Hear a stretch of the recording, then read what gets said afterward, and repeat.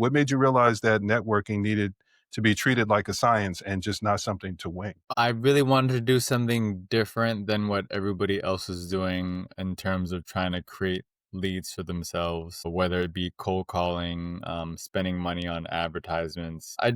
I know how to do cold calling. I've done it before, but I wanted to do it in a way that more resonated with the way I wanted to do business, and that's an activity that I like doing.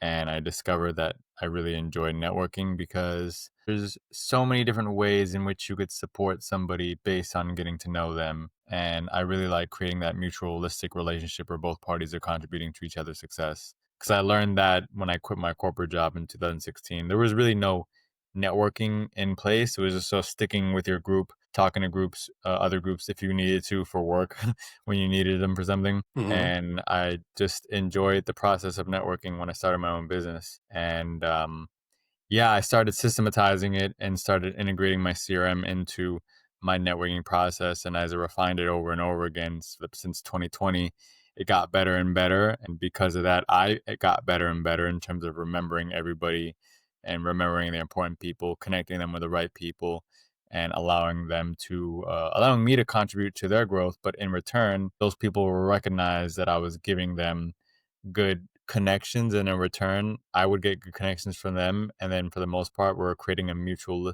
environment where we're both contributing to each other's success. And I got a good addiction to it, and I kept on refining my system so I could improve the growth of not only my business but my networking partner's business. There's many different details that go along with it, but that's a high level 5,000-foot overview of why I enjoy networking, because you never know who you can meet that could connect you with the right people. And at the same time, you never know how I could connect that person to the right people so that I could continue to contribute to what they're doing. No, that makes a lot of sense, and I think one of the things that I want people to be able to take away from it is, as much as you and I talk about entrepreneurship, I like to also make things about universally how to be able to apply it.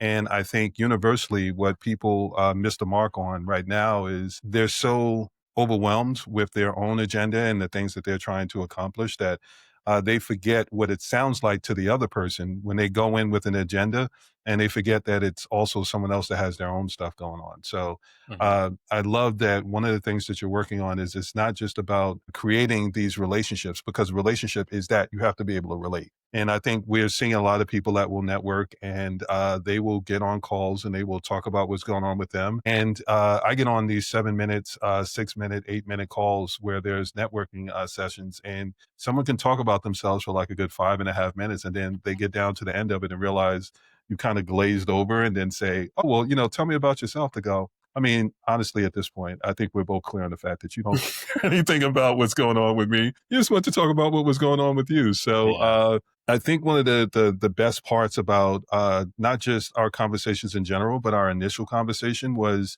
there was none of that. There was, okay, you know what? Let's talk about like what led up to you getting to where you're at.